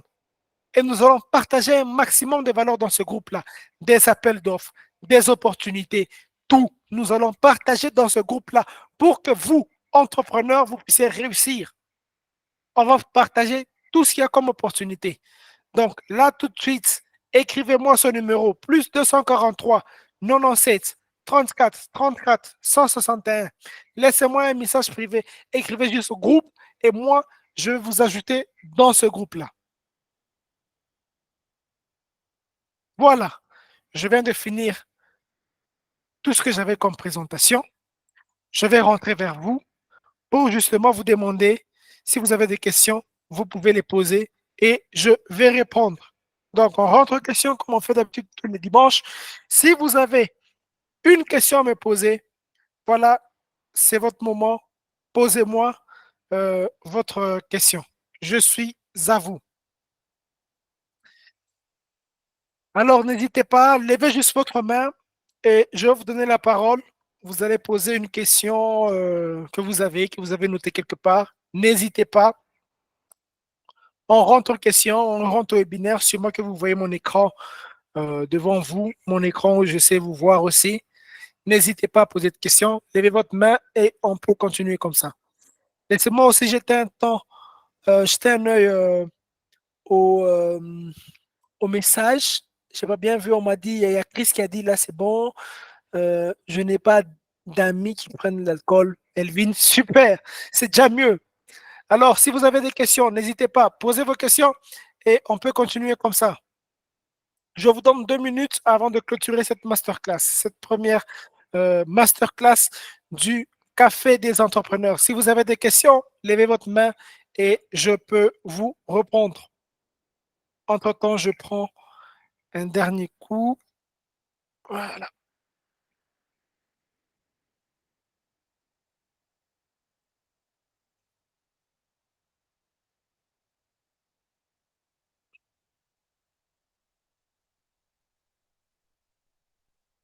Apparemment, tout est net. Tout a été bien compris. Tout a été parfait. Je tiens à vous remercier. OK, il y a Elvin qui a une question. Allez, Elvin, tu peux poser ta question. Tu peux ouvrir ton micro et poser ta question.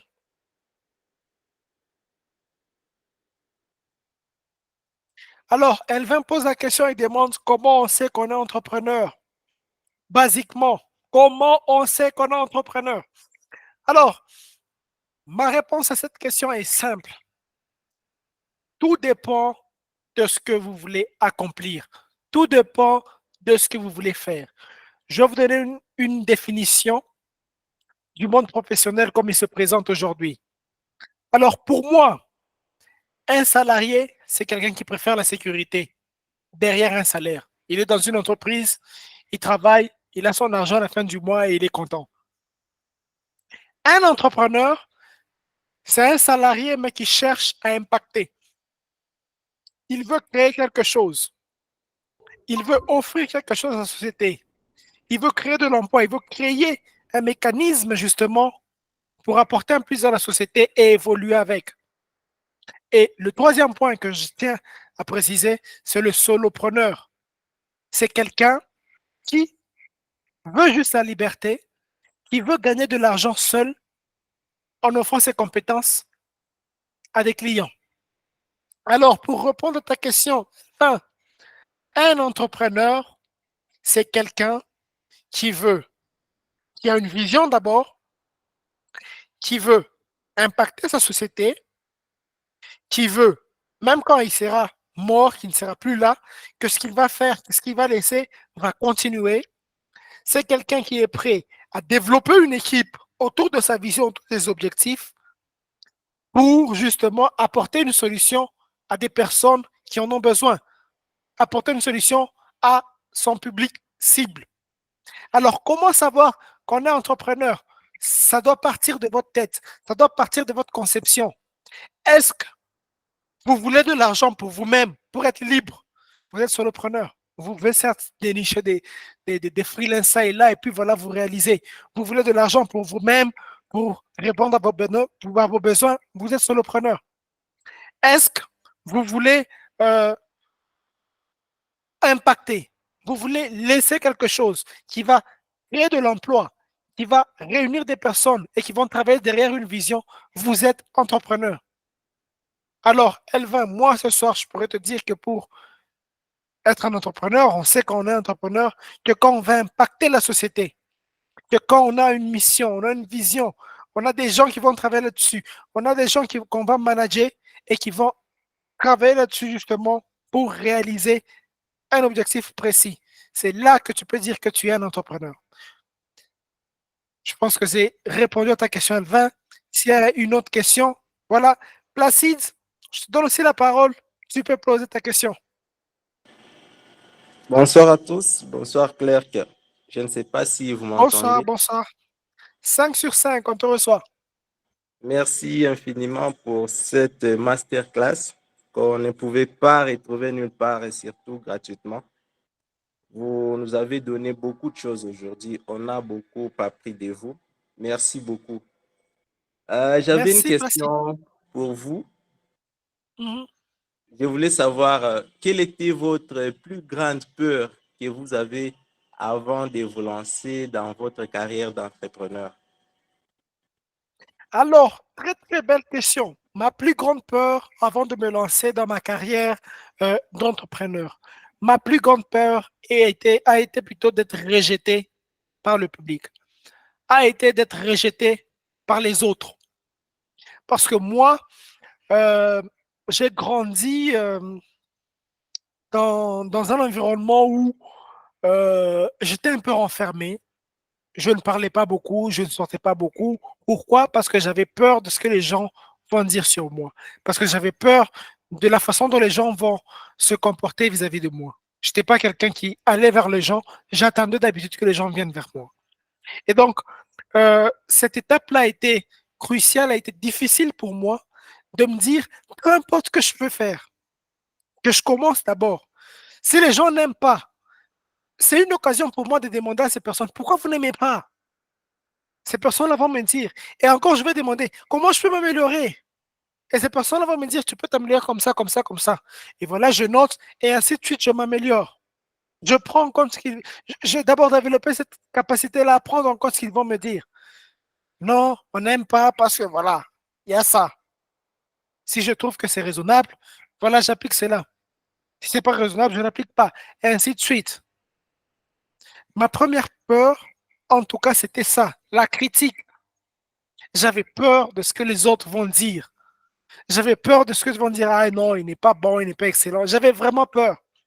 Mais j'ai appris aussi à développer cette compétence justement de me dire, OK, si je ne fais rien, si je ne dis rien, ces gens-là ne feront rien. Si je ne fais rien, si je ne dis rien, je ne gagnerai rien. Mais si je fais quelque chose, ces gens-là pourront critiquer. C'est tout à fait normal. Apprends, c'est tout à fait normal. Retiens que c'est tout à fait normal. Ensuite, s'ils disent quelque chose de bien, ok, tu peux prendre pour t'améliorer. Si c'est juste pour te calomnier, pour te critiquer sans valeur, mets-les de côté. Tu ne les vises pas. Ils peuvent aller ailleurs. Et toi, focalise-toi principalement sur ce que tu es en train de faire. Voilà un peu, M. Placide. On va prendre une autre question. Je pense que ce sera la dernière. Elle va lever encore une fois sa main. Elva, tu peux poser ta question? Ok, bonsoir à tous. J'avais un petit problème avec le micro. Là, je pense que c'est bon.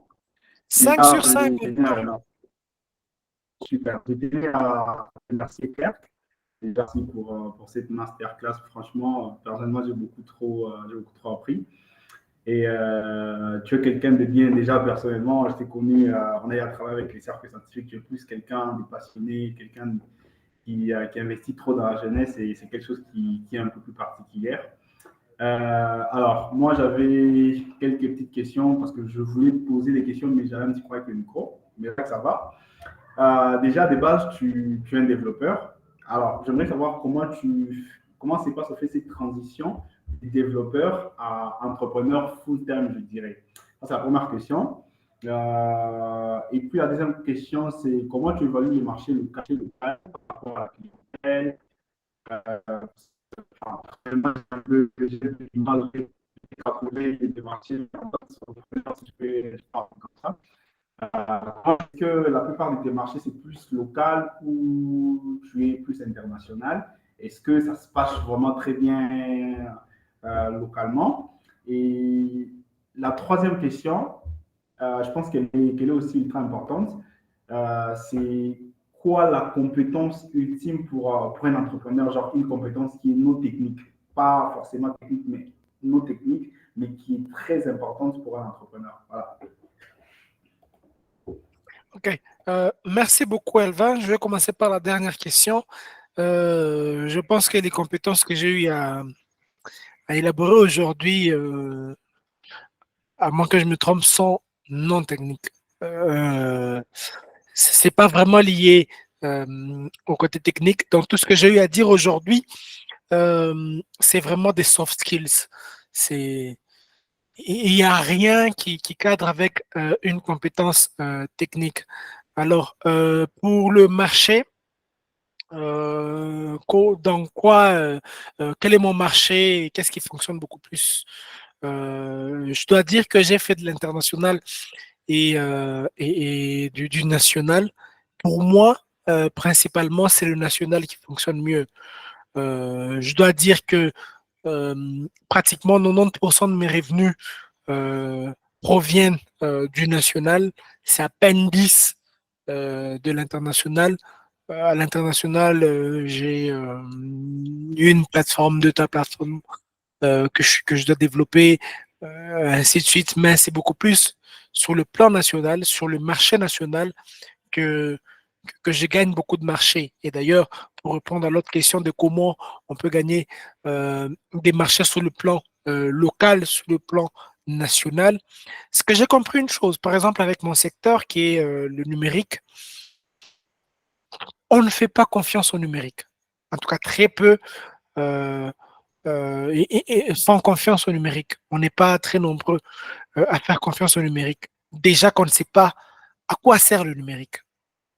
Et pour justement gagner cette confiance, ce que j'ai eu à faire, c'était de prendre une décision qui était vraiment radicale. C'était un risque, comme j'étais en train de le dire dans mes slides. J'ai offert à mes cibles des garanties. Je vous donne un exemple. Je suis allé démarcher une entreprise il y a pas si longtemps que ça. Euh, et je leur ai fait mon offre. J'avais déjà mis en place des indicateurs et je leur ai dit, je vous donne, si dans un mois, je ne réalise pas X, Y chose, je ne réalise pas cette liste, ne me payez pas. Je leur ai dit ça. Si dans un mois, je n'arrive pas à vous offrir ça, ne me payez pas. Je vais faire ça gratuitement. J'étais surpris, ils me disent, non, mais c'est quoi ces jeunes qui n'aiment pas l'argent? Alors que j'aime beaucoup l'argent. Et, et après, j'ai eu à réaliser la chose. Et c'est après qu'ils me disent, waouh, nous avions justement besoin de ça. Mais la chose, c'est que les jeunes comme toi qui venaient vers nous, automatiquement, c'était des milliers d'argent qui demandaient. Non, pour ça, il faut 20 000 dollars. Pour ça, il faut 30 000. Pour ça, il faut ceci. Pour ça, il faut cela. Mais toi, tu nous donnes déjà une garantie. Tu t'engages. Tu prends des risques. Tu dis, il faut. euh, tu te dis, si tu ne réalises pas ça, qu'on ne te paye pas. Nous, ça nous a surpris. Et c'est comme ça que j'ai pu approcher ces genres de personnes-là et qui m'ont offert, qui m'ont en tout cas donné beaucoup plus que tout ce que je gagne sur le plan euh, entrepreneuriat. Je gagne beaucoup plus d'argent euh, sur le plan national. Et pour dire, euh, c'était quoi le déclic, le switch, comment j'ai switché de développeur à entrepreneur. D'abord, j'aimerais scinder une chose. Pour moi, je me dis que l'entrepreneuriat, c'est en quelque sorte, euh, je peux classer ça dans les soft skills. Ce n'est pas technique être un entrepreneur. C'est un état d'esprit. C'est une façon de faire. Pour moi, le fait d'être un développeur, de créer de logiciels, c'est une compétence technique. Je sais créer de logiciels. Mais être un entrepreneuriat plutôt, c'est plus qu'être un développeur. C'est savoir vendre, c'est savoir dénicher des marchés, c'est savoir. Et il y a beaucoup de choses derrière. Et pour moi, je me dis, je suis développeur, mais l'enveloppe au-dessus, c'est l'entrepreneuriat. Je sais comment vendre ou proposer ce service-là de développeur aux autres. Et pour moi, c'est comme ça que je l'ai pris. Je sais développer des logiciels. Maintenant, je dois savoir comment le vendre. Je dois en créer un système qui va impacter les autres. Et c'est un peu ça que j'ai eu à faire. J'ai vu que tu as écrit dans le chat, tu avais besoin de poser une dernière question. Alors, comme dernière question, parce que je vais vraiment à 2 heures, c'est un max, même un webinaire, il ne traîne pas comme ça. Je comprends, le masterclass, il est utile, il est max. Elvin, je te donne la possibilité de poser ta dernière question et je pense qu'on pourra partir sur ça. Ok, là c'est une dernière question. Je pense qu'il y a des étudiants et des étudiantes ici dans ces lives. Alors, qu'est-ce que tu pourrais conseiller? Enfin, on a grandi avec cette culture de il ne faut pas déjà chercher l'argent. C'est ce qu'on nous a enseigné. Moi, personnellement, par exemple, par mon père, ne cherche pas trop d'argent déjà pour l'instant. Concentre-toi d'abord aux études et tout et tout. En fait, c'est un problème parce que je pense que même en étant étudiant, on peut chercher de l'argent. Et pour toi, qu'est-ce que tu conseillerais ou si tu revenais au début, et que tu cherches en fait à lancer un business, qu'est-ce que tu lancerais, voilà, qu'est-ce que tu lancerais comme business qui marcherait à coup sûr? Et je pense que ça sera peut-être un conseil pour les jeunes qui sont là, nous autres, de se dire, OK, comme je suis encore étudiant, je peux au fait lancer ce type de business et ça peut au fait forcément marcher selon les contextes. Parce que voilà, on peut trouver beaucoup de vidéos sur YouTube, mais généralement, ce sont les vidéos où on raconte des choses qui se passent généralement ailleurs. On a le Congo, c'est vraiment un autre monde. Alors, pour toi, quel est le business que tu pourrais conseiller à un étudiant de lancer pour gagner de l'argent déjà en étant étudiant? Voilà. OK. Une chose que je pourrais bien lancer, là tout de suite, c'est un service de livraison. Je ne vais pas rentrer dans le détail. C'est un marché qui est encore vraiment vierge à Lubumbashi. Et c'est ça que je pourrais lancer tout de suite. C'est ça qui me vient en tête. Mais qu'est-ce que je pourrais dire à des étudiants et parlant de l'argent, parce que c'est l'argent qui pose des problèmes. Euh, chercher l'argent. Même quand on entreprend, la base, c'est de chercher de l'argent. Mais on doit apprendre à chercher de l'argent. On ne cherche pas de l'argent en imposant de recevoir de l'argent. On cherche de l'argent en mettant en place un système qui nous permet d'avoir de l'argent. Ce que les gens font, c'est que ils pensent que c'est juste offrir. OK, je vais faire ça pour vous. Donnez-moi de l'argent. Et on vous donne. Non. Faites correctement la chose et l'argent viendra. Pour moi, l'argent, c'est une conséquence. Dans votre tête, vous devez vous dire, j'ai besoin d'argent. Je dois avoir de l'argent. Mais pour avoir cet argent-là, je dois travailler correctement pour atteindre cette chose-là. Je ne sais pas si vous m'entendez correctement. Il y a Elvin qui me dit qu'il m'a perdu. Est-ce que quelqu'un peut juste lever sa main ou faire OK. Vous pouvez juste me faire signe avec des emojis que vous m'entendez très bien. OK. On me signale qu'on m'entend parfaitement. Voilà, voilà, on me signale qu'on m'entend parfaitement. Donc, je pense que c'est Elvin qui ne me saisit pas parfaitement. Alors, j'étais en train de répondre à sa question. Je pense qu'Elvin, là, tu m'entends parfaitement. Vous devez aimer l'argent. Vous devez chercher l'argent. Parce que c'est important de chercher l'argent. Et vous devez seulement vous dire que pour avoir cet argent, je dois travailler. Et je dois travailler très dur. OK? On te demande de concevoir un logiciel, tu es développeur, on te demande de concevoir un logiciel, conçois-le, finis ce logiciel à 100%, à 100%. Et c'est après que tu seras payé, c'est après que tu vas obtenir ce que tu cherches, c'est-à-dire de l'argent. OK? C'est ça le mal que beaucoup de jeunes ont aujourd'hui. Les jeunes ne veulent pas travailler, les jeunes veulent avoir de l'argent. Moi, je dis ceci, chers jeunes, apprenez tout d'abord à travailler. Travaillez, maximisez. Apprenez à travailler et après, pensez à l'argent. Parce que c'est le fruit de votre travail. Même dans la Bible, on dit, si vous ne travaillez pas, vous n'allez pas manger. Travaillez, travaillez, finissez ce qu'on vous demande. Travaillez et après, recevez les avantages ou les conséquences de ce travail-là. Je ne sais pas si Elvin m'a entendu, mais je pense que Elvin, tu peux suivre le replay ou tu peux écrire dans le groupe. Tu peux déjà rejoindre le groupe. Je vais ouvrir le groupe, je pense, demain. Tout le monde pourra poser ses questions. Je rappelle, rejoignez le groupe. Rejoignez le groupe. Je ne sais pas si vous voyez encore mon écran. Rejoignez le groupe. Il y a, y a le numéro qui s'affiche juste là. Il y a mon numéro qui est juste là. Rejoignez le groupe. Et là-dedans, on va partager au maximum. Envoyez-moi quelque chose sur mon numéro personnel. Une minute. Je vous montre le numéro. Alors, voilà, il est juste là.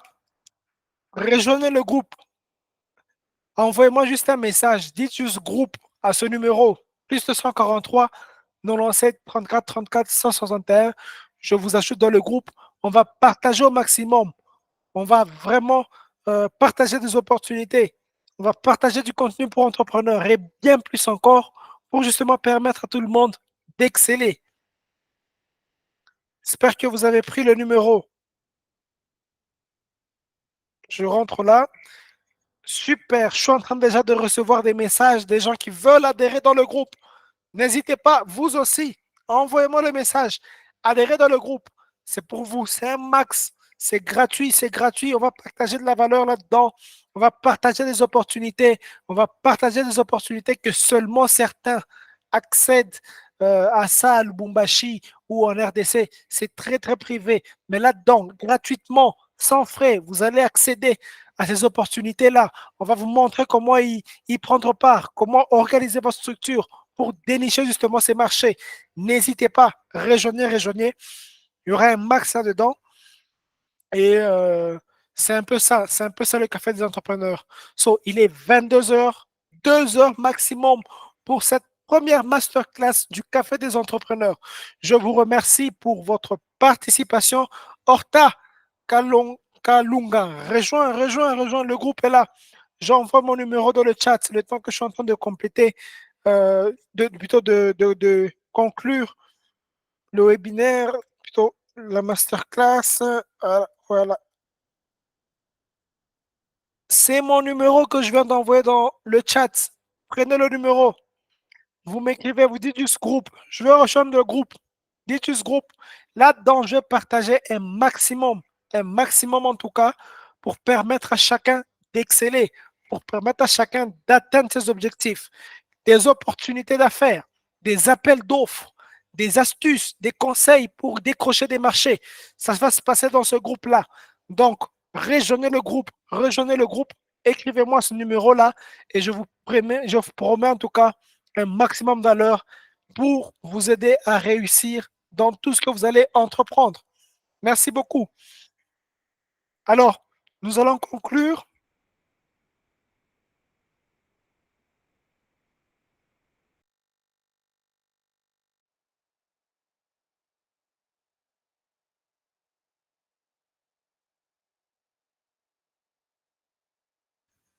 Alors, nous allons conclure cette masterclass.